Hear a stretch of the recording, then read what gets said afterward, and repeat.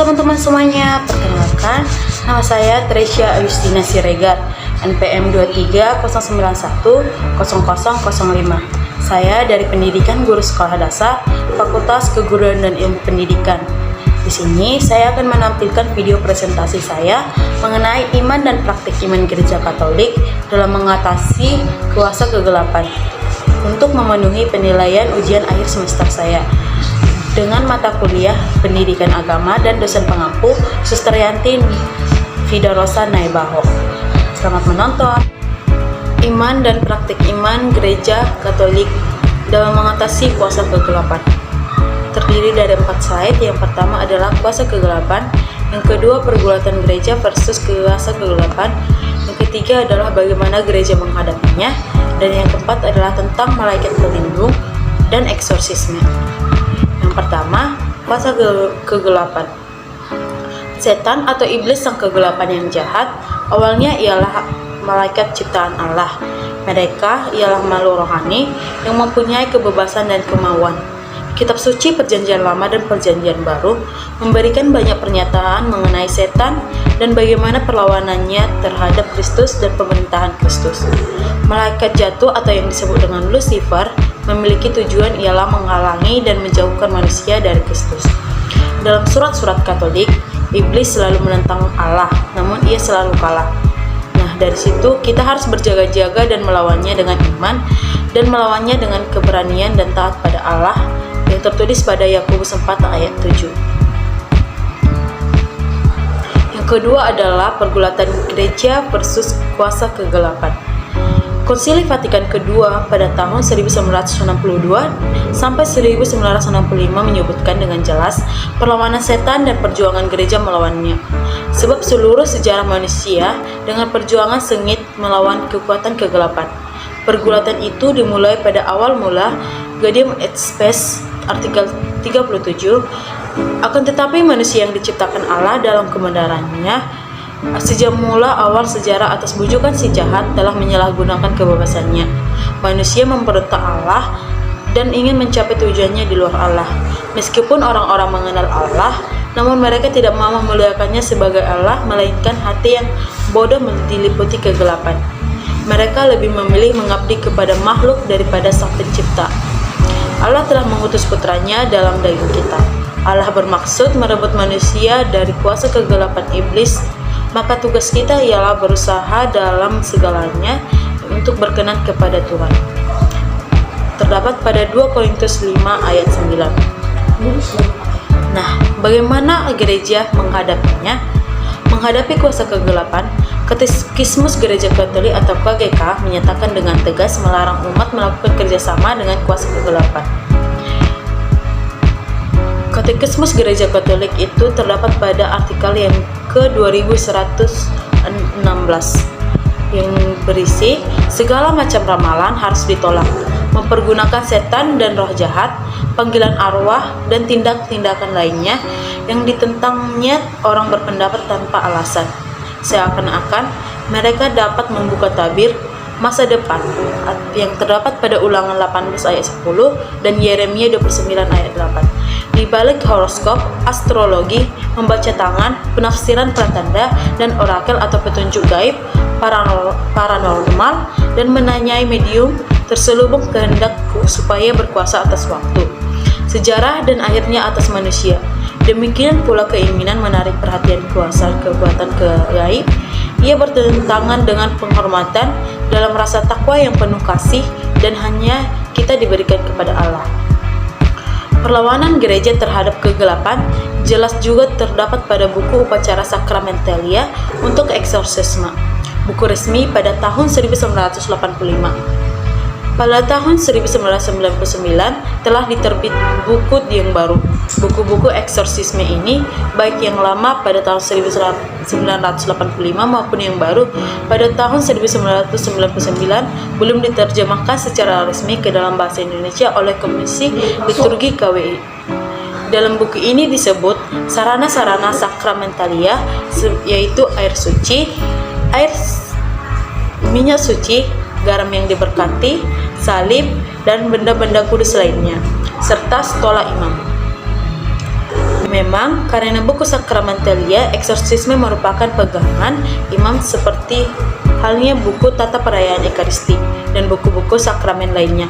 Maka hanya imamlah yang diboleh melakukan upacara eksorsisme menurut dengan langkah-langkah buku itu.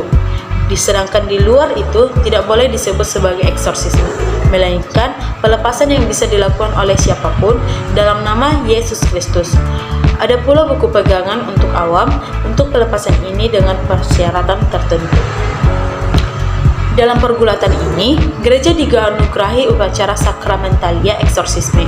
Upacara ini khusus untuk kasus kerasukan setan yang berat. Untuk kasus ringan biasa seperti orang Katolik yang berdisposisi baik atau penuh rahmat dan tidak berdosa berat, bisa melakukannya dengan dua standar, seperti doa rosario, doa kepada malaikat agung Santa Mikael, dengan doa dengan air berkat dan garam berkat. Nah, eksorsisme berasal dari bahasa Yunani atau exousia yang berarti kewenangan atau kekuasaan. Doa eksorsisme berarti melalui imam gereja memohon kepada Allah yang Maha Kuasa untuk menggunakan kewenangannya mendesar roh jahat yang sedang melakukan kehendak Allah.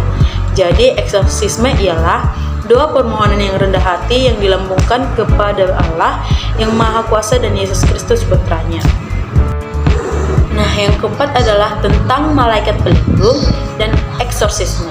Terdiri dari dua, yaitu yang pertama tentang malaikat pelindung dan tentang eksorsisme atau pengusiran setan. Tentang malaikat pelindung, di dalam Alkitab Perjanjian Lama kita telah mengetahui bahwa para malaikat diutus Allah untuk menjaga umatnya, seperti dalam contoh kitab Mazmur 91 ayat 11. Sebab malaikat-malaikatnya akan diperintahkannya kepadamu dan untuk menjaga engkau di segala jalanmu. Maka kita mengetahui bahwa Allah mengirim malaikatnya untuk menjaga manusia, bahkan anak-anak kecil sekalipun. Katekismus Gereja Katolik 336 mengajarkan seorang malaikat mendampingi setiap orang beriman sebagai pelindung dan gembala, supaya menghantarkannya pada kehidupan. Sejak di dunia ini dalam iman, kehidupan Kristen mengambil bagian di dalam kebahagiaan persekutuan para malaikat dan manusia yang bersatu kepada Allah. Dalam buku Fundamentals of Catholic Dogma oleh Dr. Lutfi dikatakan tentang peran para malaikat yang baik, yang terdiri dari 3, yaitu yang pertama, tugas utama para malaikat yang baik adalah memuliakan dan melayani Tuhan.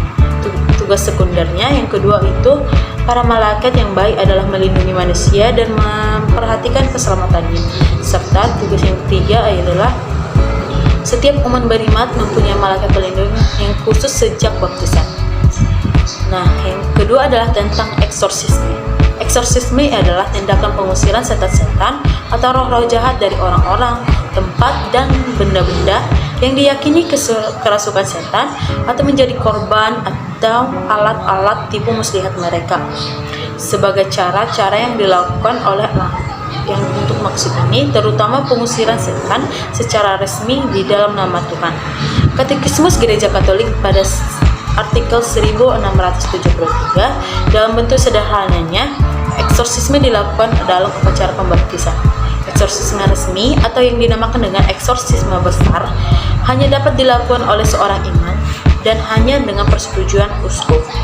Imam itu harus melakukannya dengan bijaksana dan harus memegang teguh peraturan-peraturan yang disusun gereja. Eksorsisme dilakukan untuk mengusir setan atau untuk membebaskannya dari pengaruh setan berkat otoritas rohani yang Yesus dipercayakan kepada gerejanya.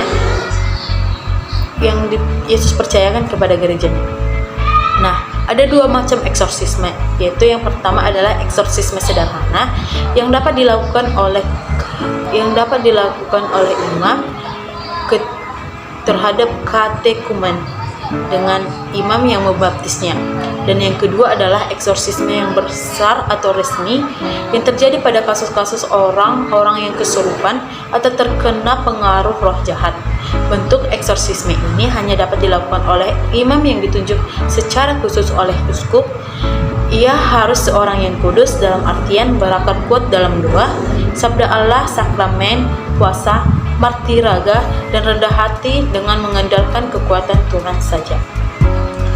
Nah, dalam kesimpulannya itu adalah dalam kehidupan sehari-hari kita dapat saja mengetahui adanya tempat-tempat, benda-benda atau orang-orang tertentu yang terkena pengaruh kuasa jahat dalam batas-batas yang diizinkan oleh Tuhan. Untuk mengatasi itu, maka para beriman dapat berdoa kepada Tuhan agar Ia sendiri berbelas kasihan kepada kita dan mengusir pengaruh roh jahat tersebut. Atau jika memang kasusnya sudah berat, kita dapat menghubungi pihak keuskupan untuk memohon bantuan iman yang khusus ditugaskan untuk itu. Nah, sekian hasil video presentasi saya. Jika ada kesalahan saya dalam menyampaikan materi atau berbicara saya mohon maaf. Sekian dan terima kasih.